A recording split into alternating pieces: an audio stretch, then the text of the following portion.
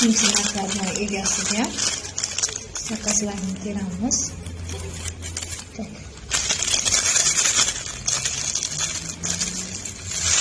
Ba'zida bitta 3 ta qilish paket shakar makaroniga paketlar 3 ta keladi. Mijozlarga hisob berish uchun birinchi paketlar ko'payamiz. Keyingi bizning zakotlari mana shuncha. Mana shuncha zakotlar. Bu yerda ham hamma ma'lumotlar demak joylashtirilgan. Hali ko'rsataman, kuzatishda davom eting.